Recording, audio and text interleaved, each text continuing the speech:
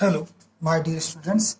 Today I am going to discuss about arithmetic progression and we will discuss some more important questions related to arithmetic progressions. And these are all questions belongs to first exercise where we use formula of Tn terms, and we will use also formula of summation of n terms. Sn is equal to n by 2 2a n minus 1 into d. ठीक है, तो now we will start our first question. First question लिखा है 25th term of AP. 25th term of AP आपको निकालना है, इसका 25th term. तो हम यहाँ पहले एपी इन्होंने कह दिया, इसलिए हमें वेरीफाई करने की जरूरत नहीं है. तो a इक्वल टू है यहाँ -5 एंड d डिफरेंस निकालना. तो डिफरेंस के लिए सेकेंड टर्म में से फर्स्ट टर्म सब्ट्रैक्ट किया जाता है. तो -5/2 + 5 और ये से सब्ट्रैक्ट होगा तो आ जाएगा 5/2. एलसीएम लेके जब हम इसे सॉल्व करेंगे तो ये आ जाएगा 5/2. नाउ ए पता डी पता चल गया हमें. अब हमें निकालना है, हमें पता क्या करना है, T25th टर्म. तो T25th टर्म का फॉर्मूला क्या होगा बच्चों, a + n. n की जगह कितना है 25 - 1 इंटू डी. a कितना है, a है आपका -5 और ये हो गया 24 और d कितना है 5/2. नाउ अगेन -5 ये इसके साथ कट जाएगा और यहाँ जाएगा 12 5 में मल्टीप्लाई होगा तो यह आ जाएगा 60 और दैट बिकम्स 55. तो आपने देख लिया ये क्वेश्चन कितना आसान था. इस क्वेश्चन में हमने क्या किया, इस क्वेश्चन में हमने ये देखा कि हमें क्या क्या डेटा पता है, क्वेश्चन से क्या क्या हमें कंक्लूजन या क्या क्या हमें इंफॉर्मेशन मिल सकती है. ये किसी भी क्वेश्चन को हल करने का एक इम्पॉर्टेंट मेथड होता है. तो ये इसका आंसर ये. एक नेक्स्ट क्वेश्चन हमने लिखा, find the sum of first 25 terms. मतलब कोई एक सीरीज है, उसके शुरुआत के 25 टर्म का हमें सम निकालना है और जबकि nth term is given by an = 2n - 3n. nth term दिया हुआ है. अब ध्यान से अगर हम सोचें कि अगर आपको 25 टर्म्स का सम निकालना है तो आपको n पता है, n तो पता है 25, आपको पता करना पड़ेगा a और d, और a और d तो यहाँ पता नहीं है. तो उसके लिए हम ये करेंगे कि सबसे पहले तो हम a और d को कैलकुलेट करेंगे. तो आंसर में लिखेंगे, आंसर में हमारा रहेगा गिवन दैट क्या है, an = 2 - 3n. अब n की जगह 1 रखेंगे तो आएगा 2 - 3 दैट बिकम्स 1. n की जगह 2 रखेंगे तो 2 - 6 दैट बिकम्स -4. एंड n की जगह 3 रखेंगे तो 2 - 9 दैट बिकम्स -7. तो आप देख पा रहे हैं -4 -1 -4 -7 इस तरह से हमें एक सीरीज मिल गई. सो यहाँ लिखेंगे, so we have a series we have a series. इस पूरे क्वेश्चन में एपी दे रखा है, इसलिए हमें ये वेरीफाई नहीं करना होगा कि दी गई सीरीज एपी है कि नहीं. तो सीरीज आपकी क्या बनी, -1 -4 एंड -7 सो ऑन.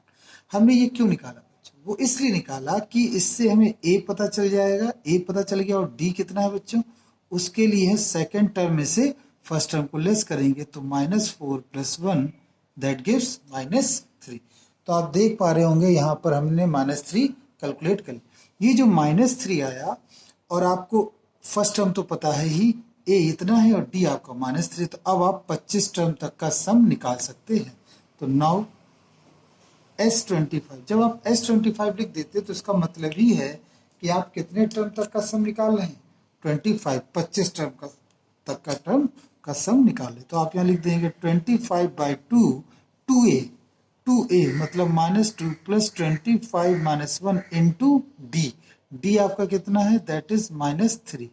ये हो गया 25/2, ये -2, ये 24 रहेगा.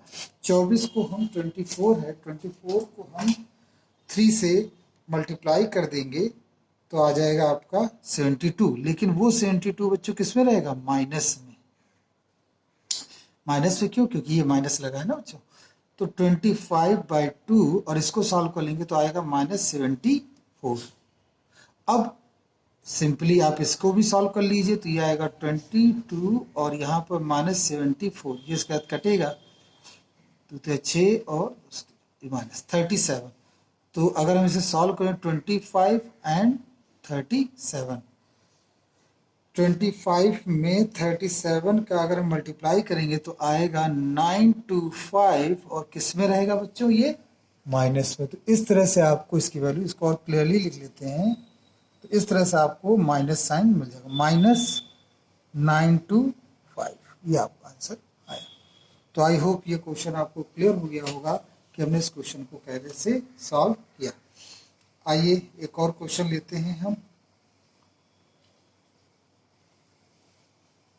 ये क्वेश्चन बहुत ही अच्छा क्वेश्चन है, आइए इसे भी सॉल्व करें। क्वेश्चन इसमें लिखा है, if sum of first 9 terms of an AP is 72 and common difference is 5. Common difference is 5. Find first term and 10th term of AP। I am sure ये क्वेश्चन आपको क्लियर हो गया होगा। Question में लिखा है कि फर्स्ट जो 9 टर्म है स्टार्ट के, उनका सम दे रखा है 72, कॉमन डिफरेंस D दे रखा है 5। तो हमसे पूछ रहे हैं फर्स्ट टर्म बताओ और 10th टर्म बताओ। आइए सर, तो आपको क्या जो दे रखा है वो लिख लीजिए।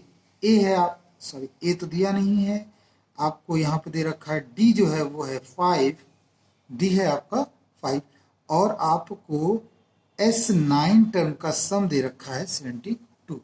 तो हम एक इक्वेशन यहाँ से एक बनाएंगे और देखेंगे क्या हो सकता है। तो सम है आपका 72, तो सम का ही फॉर्मूला लगना है। 72 इज इक्वल टू कितने टर्म का सम है, 9 टर्म का, तो n/2, और 2a तो पता नहीं है हमें, तो हमने यहाँ पे लिख दिया 2a, और फिर 9 - 1 into D। Where is D? That is 5। देख रहे हैं ना बच्चों, ये D आपको यहाँ दे दिया, वो हमें लिख दिया। और यहाँ लिखेंगे 72, ये हो गया 9/2, ये हो गया 2a, और ये 8, और इसको ऐड कर मल्टीप्लाई कर देंगे तो ये आ जाएगा 40। अब 72 इक्वल टू 9, इस 2 से हम डिवाइड कर सकते हैं दोनों टर्म को, तो a + 20 हो जाएगा। अब 9 को इधर डिवाइड कर दीजिए तो 8 आ जाएगा, और a + 20 and a becomes 8 - 20, that is -12। तो इस प्रकार से आपने देखा जो a की वैल्यू निकली वो कितनी आई बच्चों, वो वैल्यू जो आई वो आई वैल्यू -12। a की जो वैल्यू है वो है -12।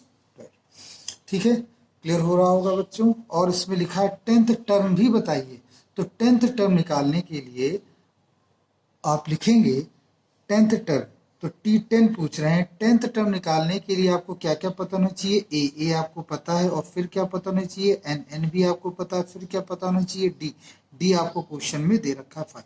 तो ये हो गया -12, ये 9 5 में मल्टीप्लाई होगा 45, 5 में 2 गया 3, 4 में 1 गया 3, और ये आपका इस तरह से आ गया 3 2 5 4 33।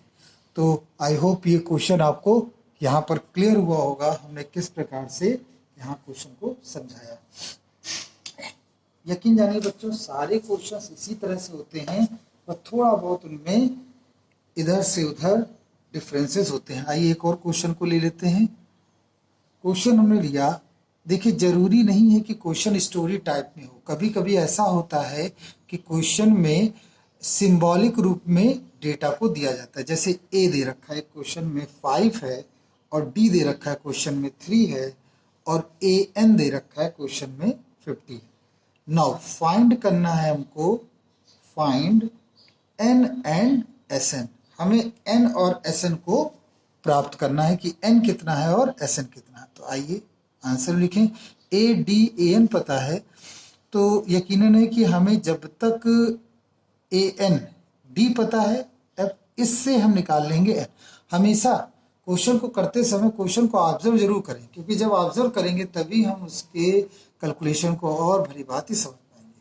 तो ए एन आपको कितना दिया है 50, ए एन का फॉर्मूला क्या होता है, A N is equal to A plus N minus one into D. D देखिए 3 हो गया। हम तो इस लाइन से क्या निकाल सकते हैं, एन की वैल्यू। तो देखिए 5 इधर सब्ट्रैक्ट हो जाएगा 45, एन माइनस वन और ये 3 हो गया। N minus one is equal to 15 हो गया और एन इक्वल टू 16। ये आपका बच्चों आंसर हो गया। आई होप ये क्वेश्चन आपको समझ में आया होगा। इसके नेक्स्ट वीडियो में हम और अच्छे क्वेश्चन देखेंगे। इस वीडियो को लाइक करिए और ज़्यादा से ज़्यादा लोगों को शेयर करिए, जिससे कि वो भी इस कॉन्सेप्ट को समझ सकें। मेरा केवल एक मोटिव है कि मैथ्स का जो डर है बच्चों में वो दूर हो सके। Thank you very much.